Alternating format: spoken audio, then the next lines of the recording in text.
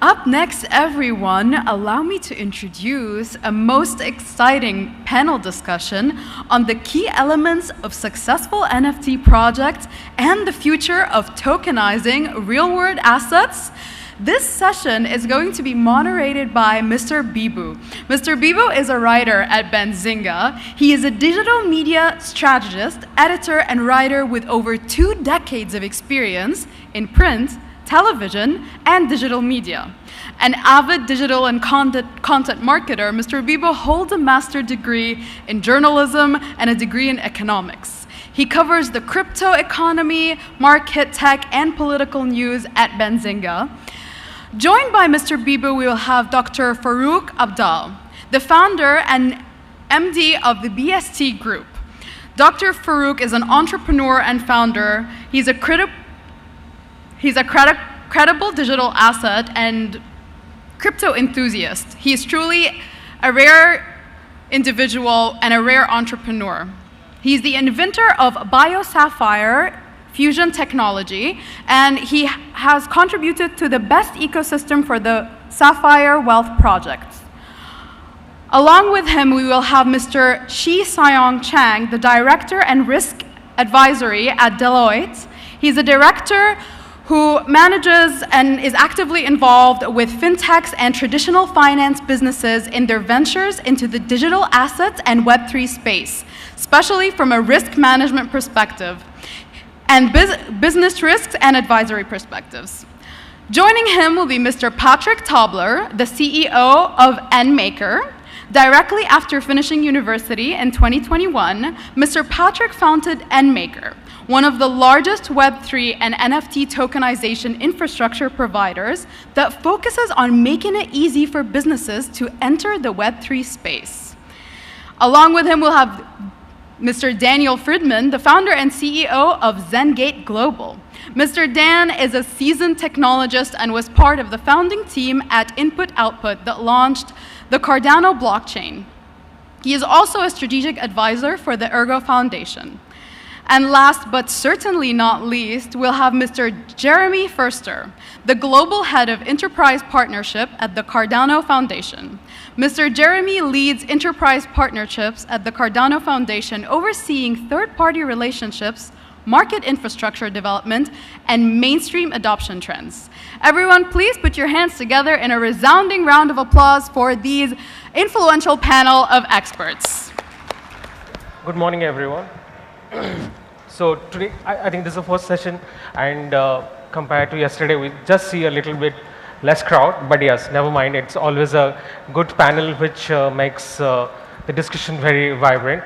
So today here, we are here to discuss about the key elements which is required for a successful NFT projects, and how can we tokenize the assets, the real world assets, properties, and to talk about what I would request everyone to give an introduction of yourself and about your companies. Yeah. Jeremy, to start with.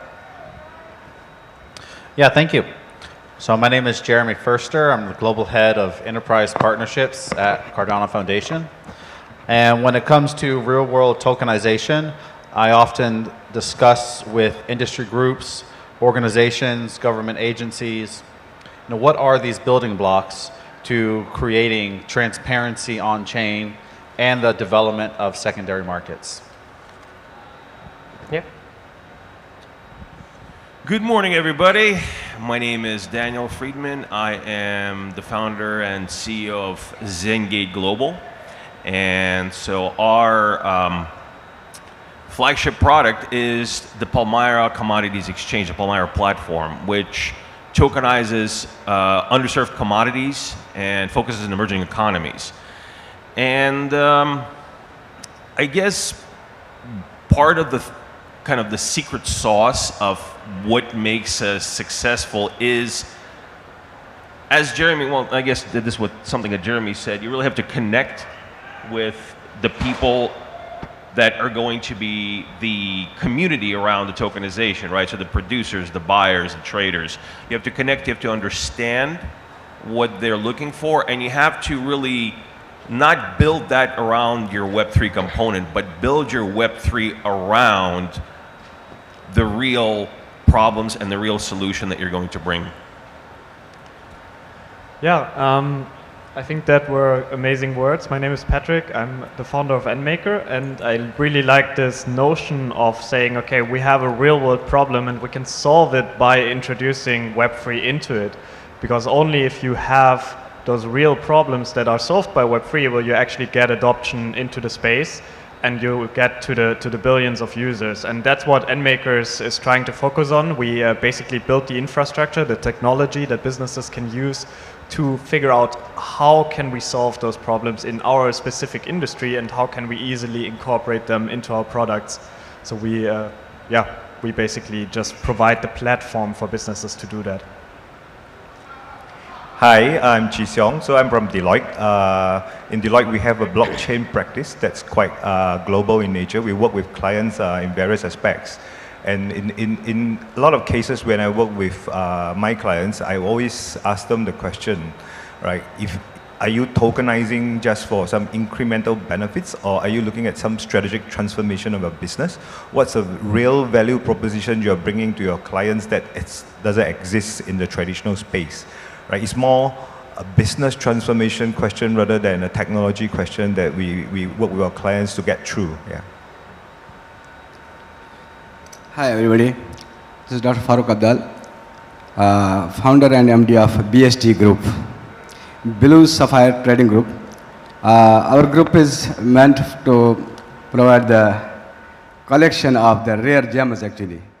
We are from 4 decades in that business, but from last 7 years, we are going to join and combine this two physical and digital economy, and our concept is to provide the phygital parallel economy to the world. We are having multiple and you can say a lot of rare gems which only we possess, nobody in the world. And we actually are dealing the Kashmir Blue Sapphire, which is rare and unique for us. Thank you. Thank you, everyone. Thank you. So, last week I was in Singapore.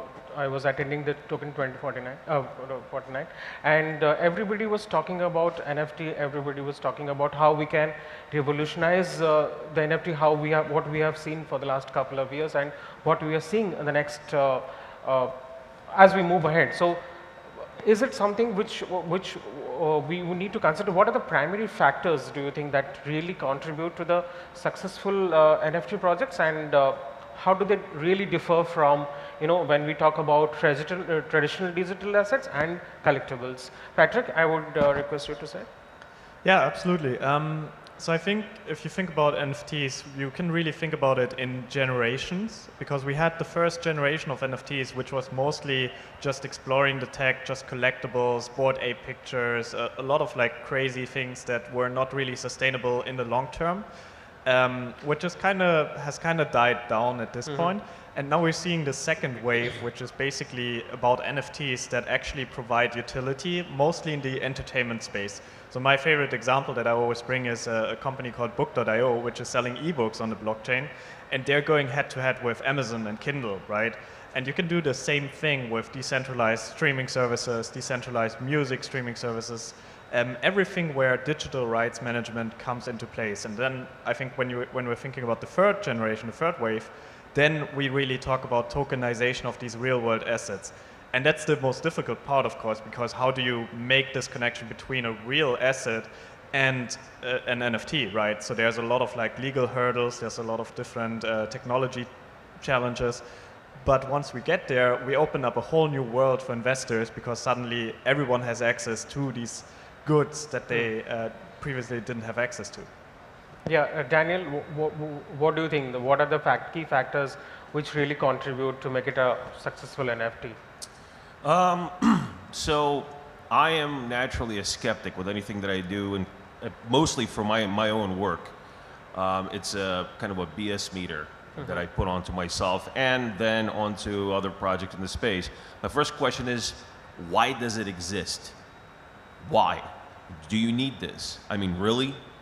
Really, do you need this? Does this need the technology, or can you do it in a different way? It doesn't have to all be on the blockchain, it just doesn't. Not everything has to be on a blockchain. Not everything has to be an NFT.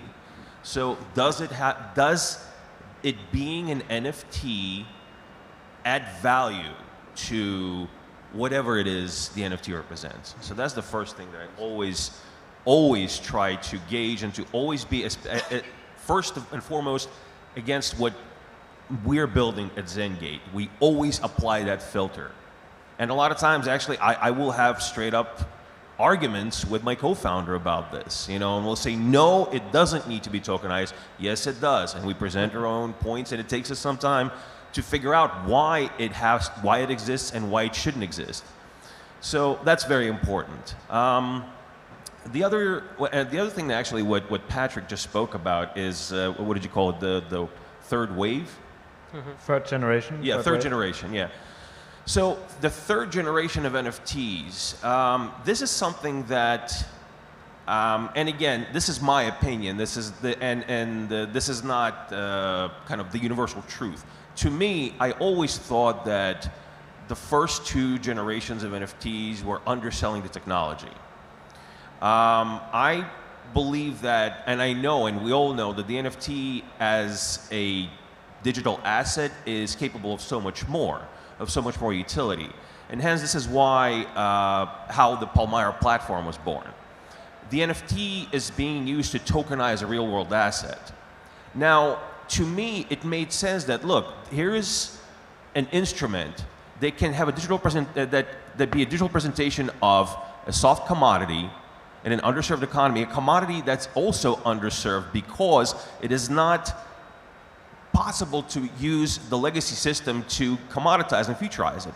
But here with the use of the NFT, you can actually accommodate the granulation of these underserved commodities like teas, like coffees, like grains that are not just fully fungible, like say gold. Gold is gold, right? So there's a gold standard, there's the LBMA standard, you just trade gold. It doesn't matter if it's my gold, Jeremy's gold, or whoever gold it is. You just trade it. With tea, you can't do that because not all tea is created the same. So you have subsets. With NFTs, you can then accommodate these subsets and you can actually trade these subsets. And with that actually come other opportunities, like for example, embedding traceability information, which is a huge value add. And that can be embedded into the NFT, as well as other information, as well as other tools. And so to me, that is, as I said before, the secret sauce. To me, to my company, to what we're creating, that makes sense. Now we're using the full power of the NFT. Yeah, Jeremy, being from Cardano, you have seen the industry rolling over for so many years and ups and downs with your company itself. So how do you see, what are the key factors you consider, which should or could make NFT a successful model? Yeah, that's a good question. And I think it's important to also understand the evolution of blockchain usability. So often when we first talk about NFTs or cryptocurrency, what we're really thinking about is just a representation of a unique asset. And that often links to an image that gets stored on IPFS or Airweave. Mm-hmm. Now, what that lays the foundation for is to say, okay, if we want to have a real-world asset, we need some additional components. We need to have certification data, something that can confirm with compliance the issuance of the asset, and a link to a primary data storage layer that gives you the authenticity of what that asset is, mm-hmm. and where it is. Because it's very important to note that regardless of making an NFT, you need to maintain that link to the actual asset. Mm. And if something changes to the actual asset, there has to be a way to represent that or view this change from the on-chain record. And so oftentimes it's thinking about more deeply on what kind of a database is a blockchain. And oftentimes what we point to is to say, well, it's for verification. And it's for proving that this is at whatever the current state is.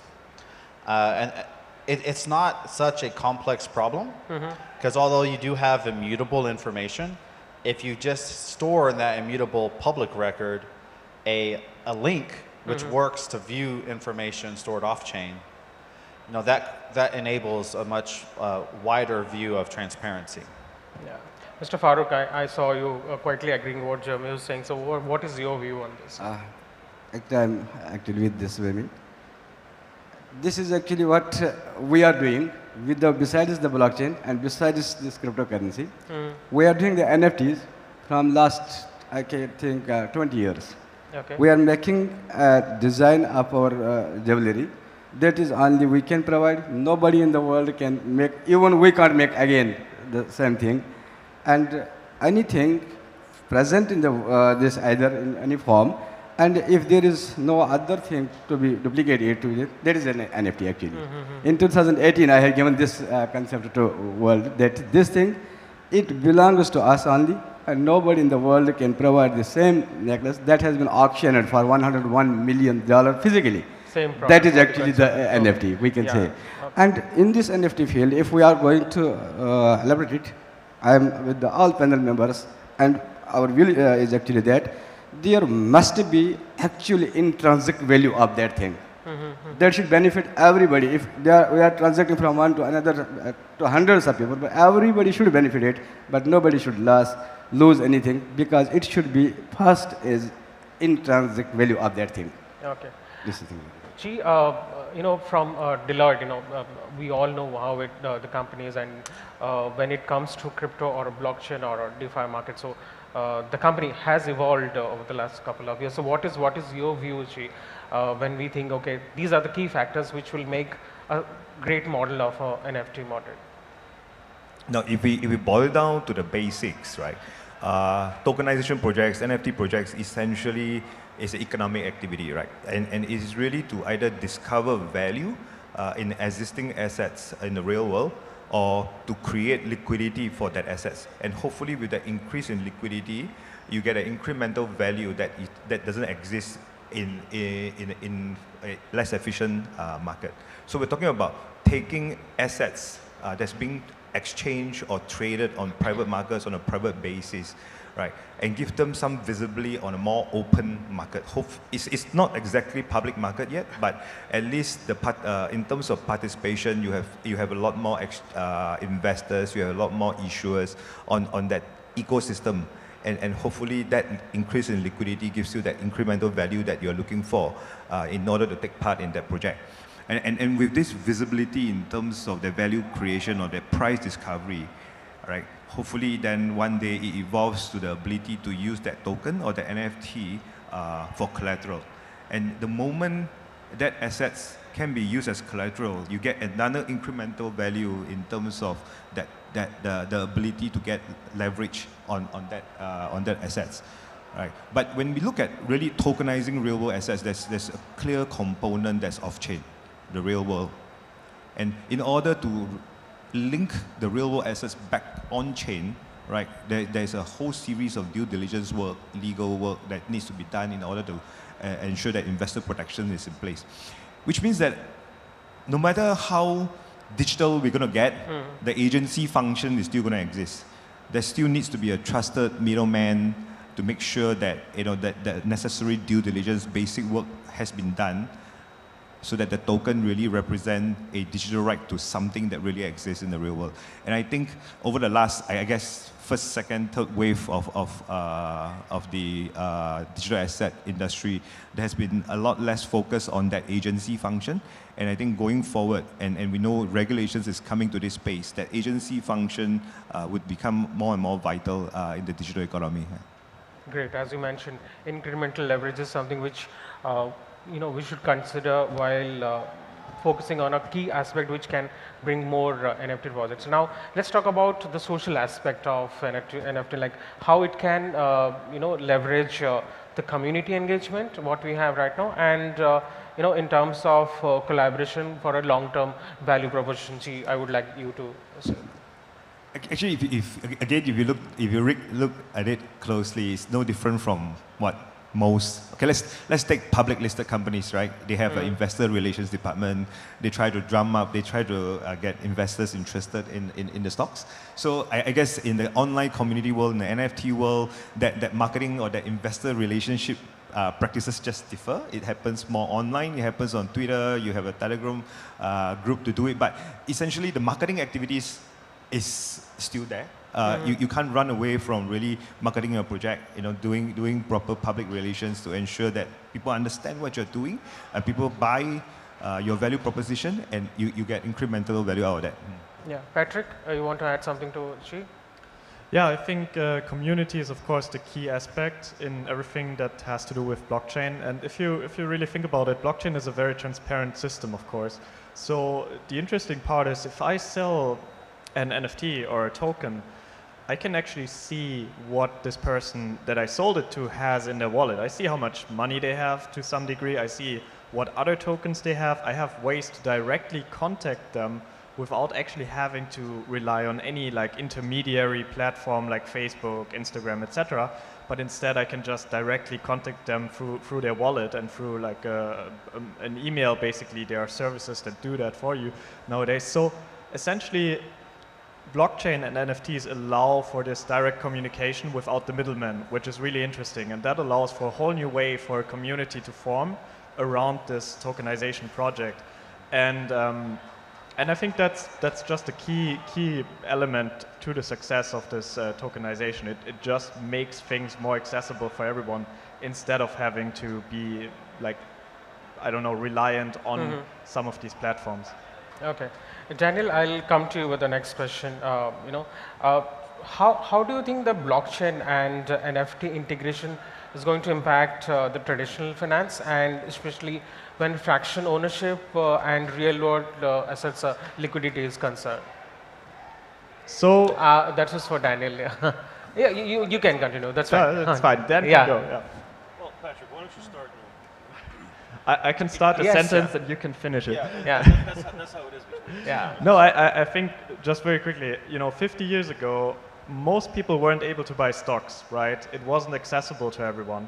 And only the very rich could do so. And then this changed. Now I can download an app and I can literally put $50 in there and I can just buy an app. And I think with tokenization, that's really becoming accessible for all these other assets in the world that are very inaccessible to most people. And that's making them way more liquid than we already see they are. Yeah, Daniel. Yeah, that's basically the point here is access.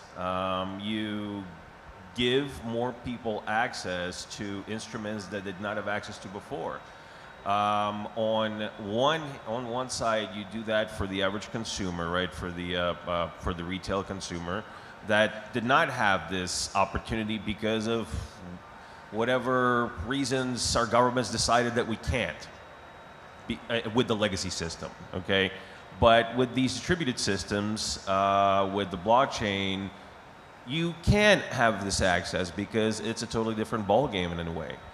On the other side, the impact is something that, something that I kind of started mulling over during my early days with Cardano when we just launched it, and we were out there, or mostly I was out there, and well, not just me, obviously, just several other people, kind of on the ground. I was doing a lot of Eastern European business development, a lot of Asian business development since I live in Japan. And we were thinking about opportunity inclusion. And so opportunity inclusion is what creates access on the other side, right? Creates access for the producer, right? What creates access for the supplier, what creates access for the creator of these particular digital assets.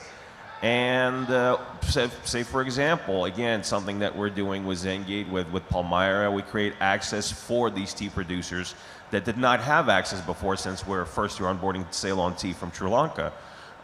They didn't have this access. They didn't have access to global markets as much as they can with this platform.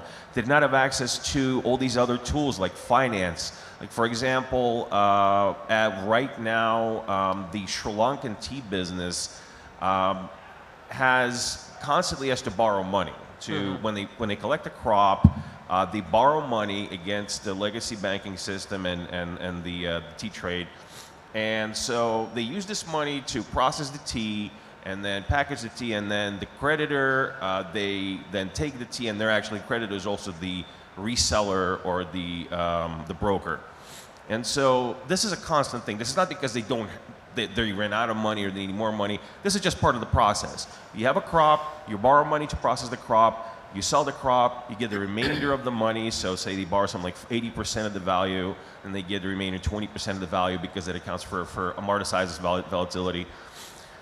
They borrow this money at 30% per annum. 30%. Now, for some of us who live in developed economies, a 30% per annum on a business loan is a little high. Yeah. A little bit. Now, granted, that is a higher risk jurisdiction than, say, the UK, okay, or the United States.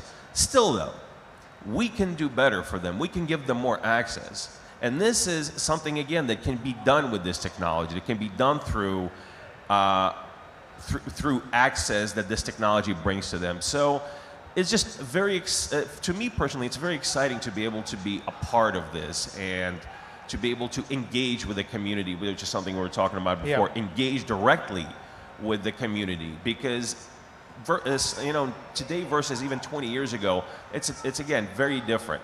20 years ago, you'd put out a software product, you do your marketing, you follow this like ABCD thing, right?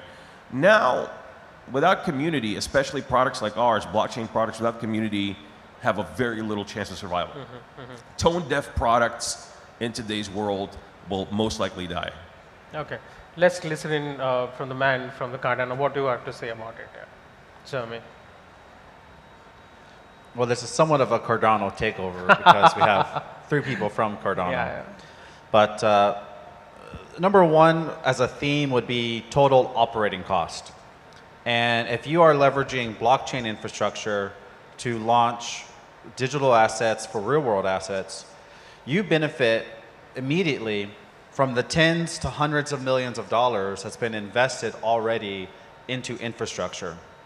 Whether that infrastructure be about the asset management, where you're holding the assets, distribution channels. When you talk about fractionalization, what you're talking about is distribution of ownership rights and obligations to individuals that can be implemented at a very little cost. And the maintenance of this infrastructure is shared globally amongst all of the participants. And when we think about real-world assets, we're also thinking about what is the Web3 application. Is it Web3 inventory management? Is it a Web3 digital identity system?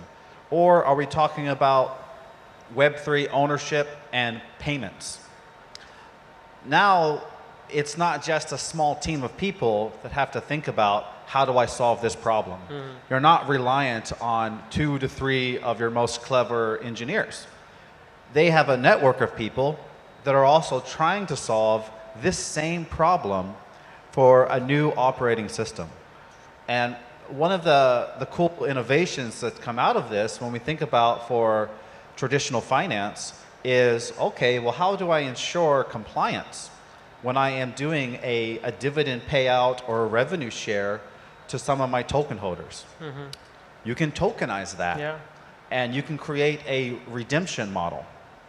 And so it's not like you send directly a stable coin, but you send basically an IOU token that says, come to the Palmyra platform, and here is where you can redeem these tokens for the asset which actually has a financial tradable value. And so these are all different techniques to ensure market standards with the use of public decentralized infrastructure. And what I'm very happy about to see is that as the space enlarges, we have a number of approaches that are being considered, both here at this event and globally, which we're all able to learn from and come to a point of consideration on what are these industry best practices to work together for the common goal of more accessibility and more fluidity with these real world assets. More fluidity with the assets. Yeah, Chee, anything you want to add on this? Yeah, I think Daniel gave a really good example of what private markets accessing capital raising is. I once had a conversation with an editor of a magazine who were talking about how a corporate issued a digital bond completely on chain, right? And after the issuance, the CFO of that corporate told the editor, "I'm not going to do this again."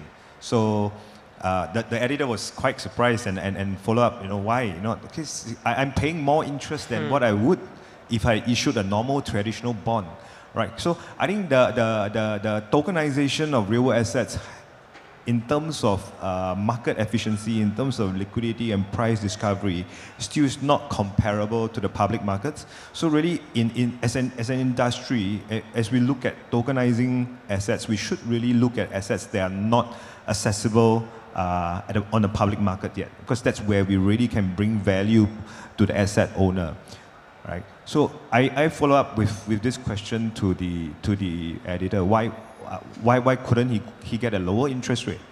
The editor's answer was very simple. Yes, he could access new investors, smaller retail guys, individuals who were interested in the bond, but he couldn't access all his traditional asset management investors because the asset managers all couldn't invest in digital bond. It wasn't in their investment committee's approval list.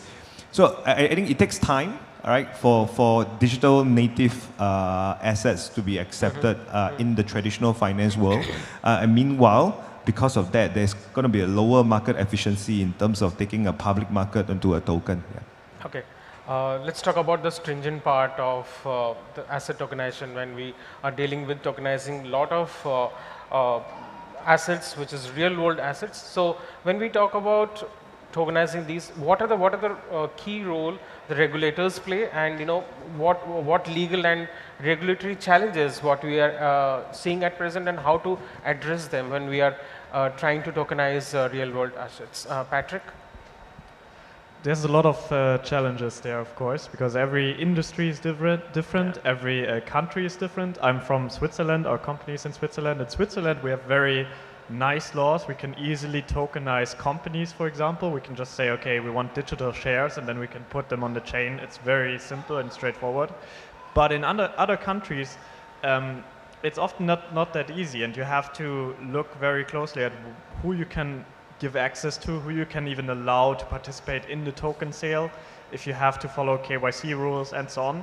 And of course, I'm a programmer. I don't really know my legal stuff, but I pay some very expensive lawyers, so that's what they tell me. And it's been very complicated, and it's probably the #1 hurdle for tokenization to take off at the moment, I would say. So we are seeing the regulatory model, if you compare US, Singapore, Hong Kong, and Switzerland, as you mentioned. So Daniel, what do you think? What sort of regulatory challenges we need to address? So as you just pointed out, I think one of the biggest challenges, if we want to call it that, is understanding the macro and the micro of regulations. So the micro meaning per country, macro meaning worldwide. Understanding which markets that you entered, what can you do in those markets and what you cannot do in those markets. To some, regulation is scary. To me, it's sort of like a chess game. You just need to know where to put the pieces, right? You need to know where to put the pieces and to understand where, like a better word, the attack is coming from. And once you kind of desensitize yourself towards being scared of regulations, because there's a lot of businesses, a lot of projects out there like, oh my God, what are we going to do if they ask for KYC, because there's many blockchain projects that will just completely circumvent, KYC, they'll circumvent regulations, and they'll just do everything anon and then hope for the best. I'm sorry, I can't subject my company to that. That would be irresponsible for me to do for my company, for my investors, and for myself. So what we actually do is what we call the middle out approach. So when we're in a jurisdiction, the first thing we do is we assess who in this jurisdiction has a voice. Usually it's an organization or organizations. For example, in Sri Lanka, it's the Tea Factory Owners Association. It's the Sri Lankan Tea Board. It is the Ministry of Agriculture.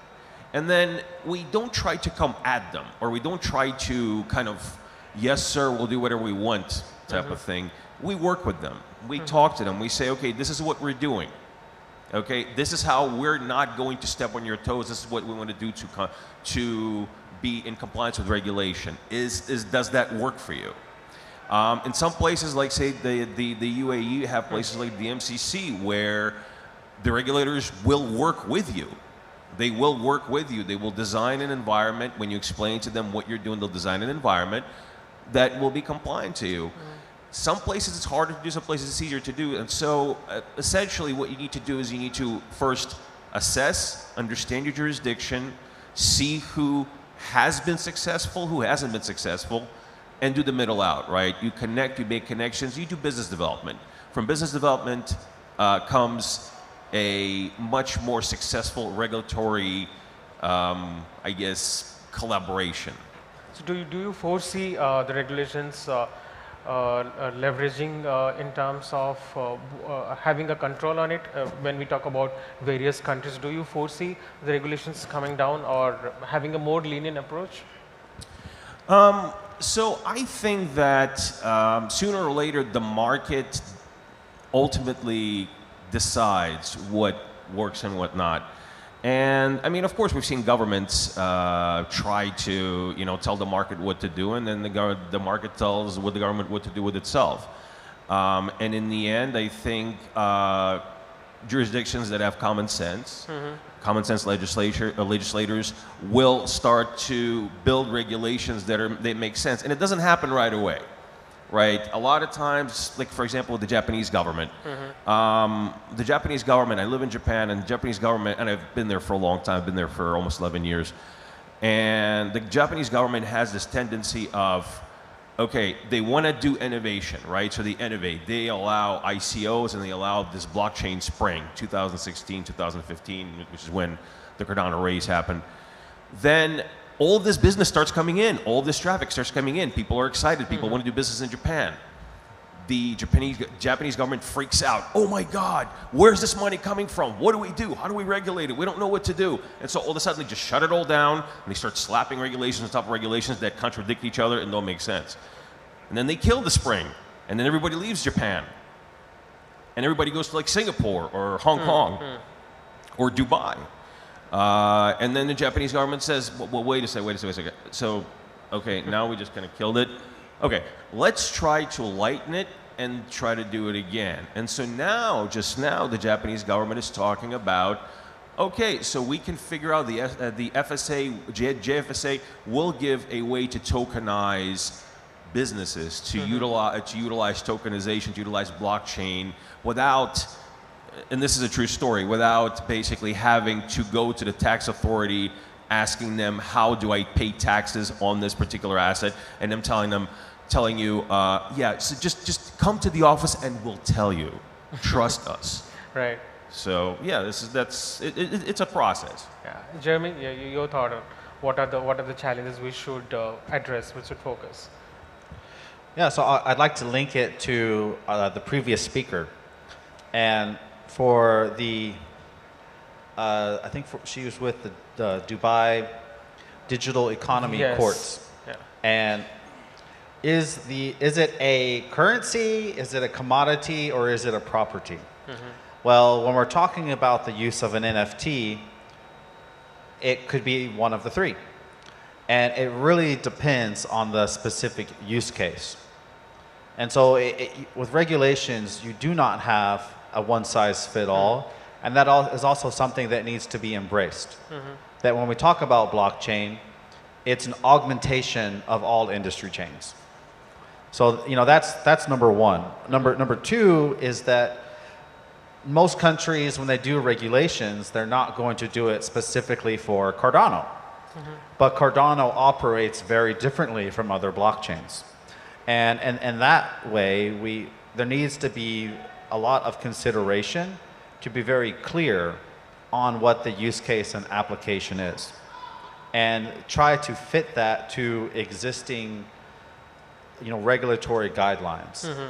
Because it's not as if that what you do on a blockchain, although there are many value propositions and there are many, changes to a business model, fundamentally, it maps out to existing industries. They were just creating more efficiencies. Right. So that's a learning process. Dr. Farooq, when we talk about the regulations, so what do you expect, how it can streamline the process, or how it can make your life easy in terms of tokenizing your assets? What are you dealing with there? We have all discussions about the social impact of the NFT and this tokenization, then community-driven, whatever, then regulations, then everything. I will summarize these all things in a single sentence. First of all, the tokenization, we are saying, from decades, from centuries, we are already in tokenizations. Any big thing, we are breaking down it into the smaller parts. That is already happening. We are here having a building of 3, 4, 5 floors. Then there are flats, then there are rooms, then there are, these are actually the tokenization of that building. One person is getting, not whole building, but a flat. This is happening. But when we are now combining these all traditional things from the centuries we are doing, we are going to be global and joining it to the blockchain. This is now the revolution. We are making that traditional thing in a new way with the blockchains. Here, we, especially BST group, is totally from last 1.5 months, totally in touch with the DMCC authorities, via regulatory authorities. Every asset, anybody having anything with him, it can be tokenized. Yeah. But it doesn't mean that it will make any revolution in the world. No. There are some specific measurements for that. If we will tokenize Burj Khalifa or any building, any real estate part, and then we will be the global project for that. Tokens will be distributed in the world. Only actually there is one thing we have to see, how to distribute then that tokenization. We can tokenize, but what will be the community measurement for that, community-driven measurement for that? There must be, there must be a such type of regulation, such type of formulation that anybody having the digital, transmission, digital things, digital pointers with him, any time he can claim it, and at any part of the world, he must be have the access to that. Okay. We in the BST group, we are for that tokenization. We have multiple assets. Some are fixed, some are thinking, but we want to tokenize with the regulators. And there must be a responsibility either by the department or by any central authority. Yes, we can distribute these digital assets globally through the distributed ledger blockchain, but there must be a responsibility.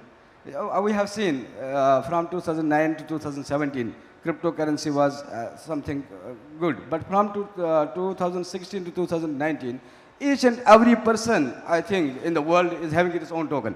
Yeah, that doesn't mean that we are growing. No, that is making a smile in the world. There must be some specifications. In this thing, we are going to tokenize those assets which will be movable. From any part of the world, he's having a specific amount of that in the monetary, and he matches the value of this token, he can get the physical thing anywhere in the world. Okay. This must be actually the thing. And there must be, we are talking about, the governments are talking about the CBD, their central bank and digital currency. What will be the that? Same that will be the tokenization of here. Private parties, they can allow the private parties if they are having the assets. Basically, when we talk about the economy, every country's economy depends upon the natural resources of that country. Okay. Nobody is getting money from anywhere. We are getting money from those things which nature has provided us from that country. There are rich countries in the world, they have oil reserves. There are some other countries, they have gold reserves. What kind of natural resource is as a reserve in the country that the economy of that country depends upon that? In this, we can say in this crypto industry, what we should have, the main players of this crypto industry, they must have the reserve. That reserve may be of any kind, but that must be a high value. Then which we are here, sitting here, then our responsibility is to make the best distribution policy of that reserve. Okay. Only the distribution policy is differing from place to place, which makes the problems every time. Okay, we are just running short of time. I just take a closing remarks from all of you. The future of NFT, the future of tokenization of assets, where we're heading, and if we see down the lane, 5 years down the lane maybe, what we're going to see over the next couple of years. Jeremy, to start with. Sure. Yeah. I think what we're going to see over the next couple of years is that blockchains become the trusted middleman. And when you have that type of system, you will change the way that industries themselves can organize, build partnerships, and share information between one another. Interesting. Daniel, closing remarks? I think, I think we're at a kind of a pivoting point right now. If we really embrace the true utility of the NFT, we branch out, we create the infrastructure that is needed for true utility, true robust utility, tokenization of real-world assets, tokenizations of credentials, tokenization of property deeds. I mean, all these things, it's not just about tokenizing it, it's about building the framework around it, like what we're talking about regulatory. For example, tokenizing a house deed is useless if there is no law that can back up that that particular tokenized asset really is the deed. If that happens in 3 to 5 years, I see a paradigm shifting event happening. I see a lot of more, what I keep saying is access. I see a lot more opportunity. I see a lot more mainstream adoption of tokenizing assets just because of the infrastructure. It is just more economically viable to utilize tokenized assets versus the legacy system. If we don't, it will die. Eventually, it will die, it'll become irrelevant.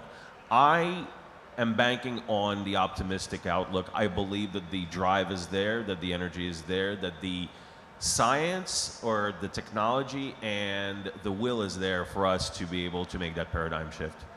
That is a very positive note to it. Patrick, your closing remarks on. Yeah, I can only commend you for saying that. I have a very positive outlook, of course, as well. I think that we will see, maybe not in the next 5 years, but in the very long run, every single physical asset that we interact with on a daily basis being tokenized and making everything liquid and accessible to everyone. And that basically removes almost the need for money because all of our assets are liquid anyway, so we can trade in between them and we can pay with them and we can just make the whole economy much more efficient than it currently is. Okay, Chee, your marks. Yeah, I echo what my three fellow panel members said. Yeah, and I think that we already have the technology capabilities to do tokenization on wide scale. And I believe there are enough enterprising individuals in this world to make that dream come true. But what really needs to catch up over the next 5 years is the legal and regulatory framework, the property rights law, the companies law, and everything that revolves around ownership and rights of real-world assets. That has to evolve to the digital economy. And I think there's a lot of education, there's a lot of interactions that we can have with the government authorities and government bodies to make sure they understand that we are bringing benefits to the world, right? And how they can adapt the way they see the world to the digital economy. And I think at Deloitte, we are here to help our clients navigate through this legal, financial, tax, and regulatory journey that you have to go through in your respective countries. Yes, thank you. Yes, Dr. Farooq, tell me, where do you see the NFT and the asset tokenization is heading, and in the next how many years? What your perception? That is, we can say that the real future is the tokenization, but when we were telling that 10 to 15 years ago, when we were talking about the cryptocurrency, nobody was thinking this will be the time cryptocurrency will be like that. But with the space of time, everything is going better. But now everywhere this tokenization process, I would like to request only all the regulators, they have to do their best only. All the token issuers, this tokenization issuer companies, they should do their best only. All the media channels, every individual, every part of this industry, if they will play positive role, the best role, and we will be the best, always. And this is totally, everybody knows that within coming 3, 4, 5 years, every digital asset, only this tokenization will be the best thing, but from beginning, we have to control it. Just like cryptocurrency, it should not be, but we are seeing that everywhere where there are regulators, where there are tokens, everyone, yeah, this program is going to happen. These things are actually the little things, but they pay us the good thing in future. We here, being the companies, being everything we are talking about the technologies, every token issuer, every big player, that should not only think about the monetary benefits of this asset or anything. That will happen, that will go, money will come and the circulation will come in. But there are some social aspects also, social responsibilities also. When we are talking about the technology, we are giving technology, we are motivating everybody to use that technology, but we should know that there may be some health problems by using this technology also. There must be some health precautions also too.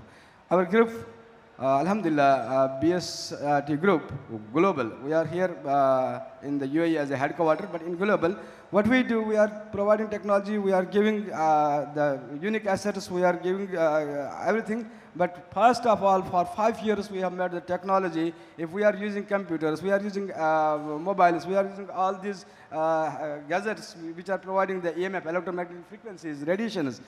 First of all, we have made our own technology. This is known as bio-sapphire amazon fusion technology, which is protecting us from the radiation in 1 minute. First of all, this is our social responsibility to provide these things. Then, with this, they are getting monetary benefits also. And this type of thinking, every player of this industry should play. And the way will be easy always. Now, every government, every regulatory persons, and those who have tried, who have seen the 15 years, 20 year this history of the crypto, everybody is now knowing what is the better, what is good, what is best, and what is bad. Everybody is knowing. Quite agree. Yeah, Yes. we have to just guide them. Thank you very much. I thank all the partners here who have participated. Thank you, and thank you very much. Thank you very much, guys. It was really a great, enlightening session. So I think let's take a photograph or something. Yes.